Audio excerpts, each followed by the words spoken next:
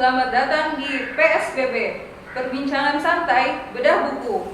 Bersama saya Rina, hari ini kita akan membedah buku yang berjudul Manajemen Reproduksi Anoa Dataran Rendah. Sudah hadir bersama saya, Kak Rahma Suryaningsi atau lebih akrab disapa Kak Rahma, yang merupakan salah satu peneliti di Balai Litbang LHK Manado.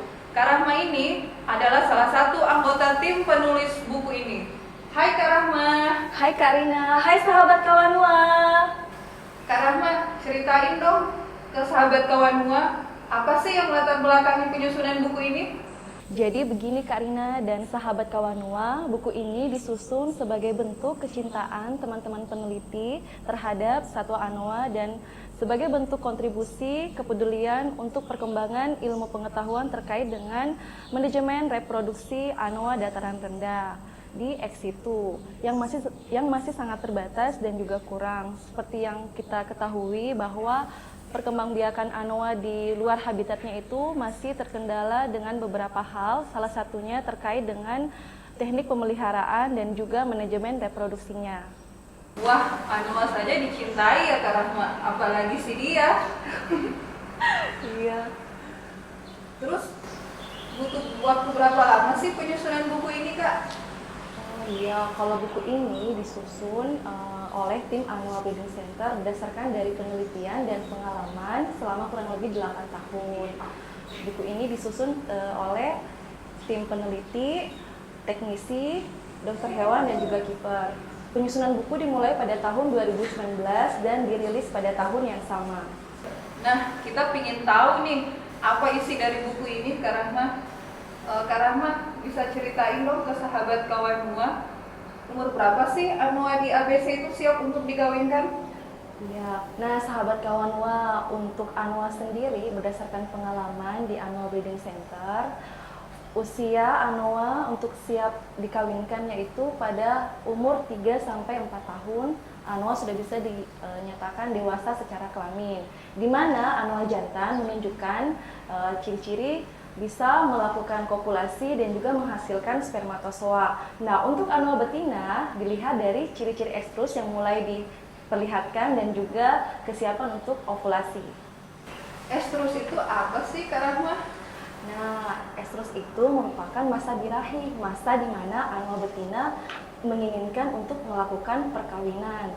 Ciri-ciri estrus sendiri untuk anoa betina itu yang pertama dia gelisah, mondar-mandir, sering urinasi, dan kemudian dari sisi morfologinya vulva akan mengalami kemerahan, bengkak, dan terkadang mengeluarkan lendir.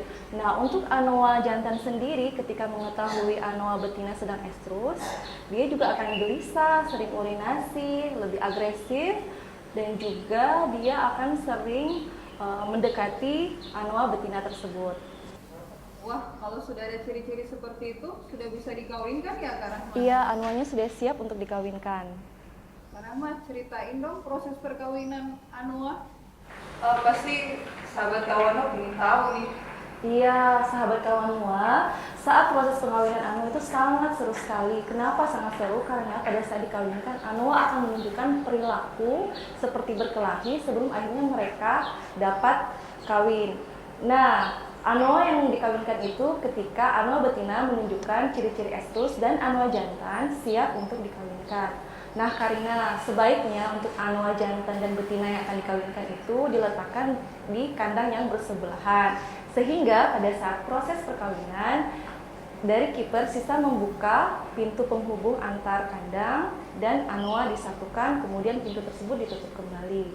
Selama proses perkawinan, sebaiknya dilakukan monitoring untuk melihat terjadinya kopulasi atau tidak. Kopulasi sendiri adalah perkawinan dan juga untuk menjaga keamanan anoa. Kenapa? Karena selama proses perkawinan tersebut, anoa akan melakukan perilaku berkelahi seperti saling berkejaran, menanduk, saling menaiki. Nah, seperti itu Karina. Kak Rahma, setelah anoa dikawinkan, bagaimana sih caranya kita bisa mengetahui anoa betinanya bunting atau tidak? Nah, iya Kak Rina dan sahabat Kawanua, di dalam buku ini sudah dijelaskan terkait bagaimana kita bisa mengetahui kebuntingan anoa. Nah, di buku ini ada 3 cara yang dilakukan, yaitu deteksi langsung dengan melihat perubahan secara morfologi anoa betina di lapangan dan juga melihat dari siklus estrusnya. Yang kedua, bisa dengan menggunakan bantuan alat USG, di mana anoa tersebut dihandling terlebih dahulu, kemudian diperiksa oleh dokter hewan dengan menggunakan alat USG.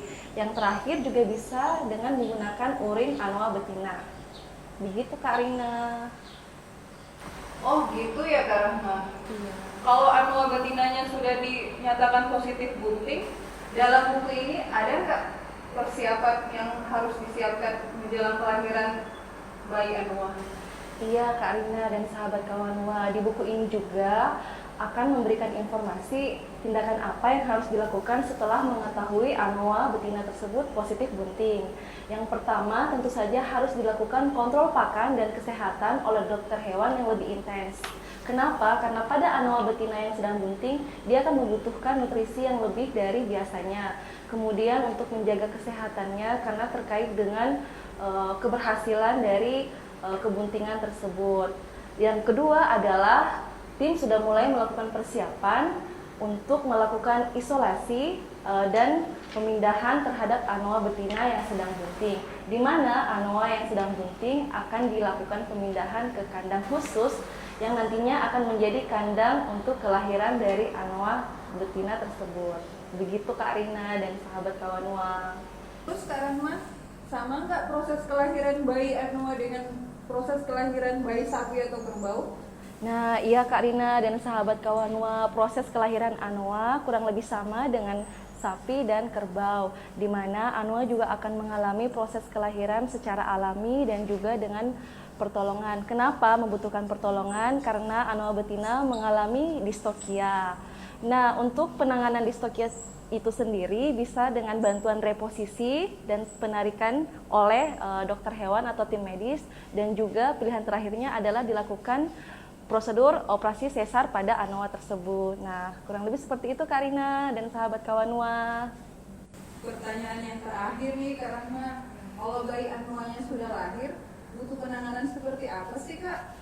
Nah, begini Kak Rina dan sahabat Kawanua, setelah anoa betina berhasil melahirkan, tentu saja perlu dilakukan monitoring terhadap induk dan bayi anoa, terutama pada anoa betina yang pada saat proses kelahirannya membutuhkan pertolongan, dalam hal ini yaitu anoa betina yang dilakukan operasi sesar. Yang kedua adalah dilakukannya pencatatan dan juga pemasangan ID. Kenapa? ID ini sebagai identitas bagi anak anoa yang baru lahir. Nah, untuk terkait dengan informasi detail manajemen reproduksi anoa dataran rendah telah dituangkan di dalam buku ini Kak Rina.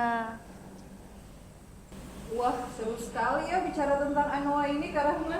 Iya Kak Rina, seru sekali pastinya. Nah, sahabat Kawanua, demikian tadi bincang santai mengenai manajemen reproduksi anoa dataran rendah. Bagi kalian yang masih penasaran ingin membaca buku ini, silakan berkunjung dan download di website BP2LHK Manado atau pada link di bawah ini. Saya Rina Mamonto izin pamit. Sampai ketemu di PSBB selanjutnya. Dah. Sampai jumpa.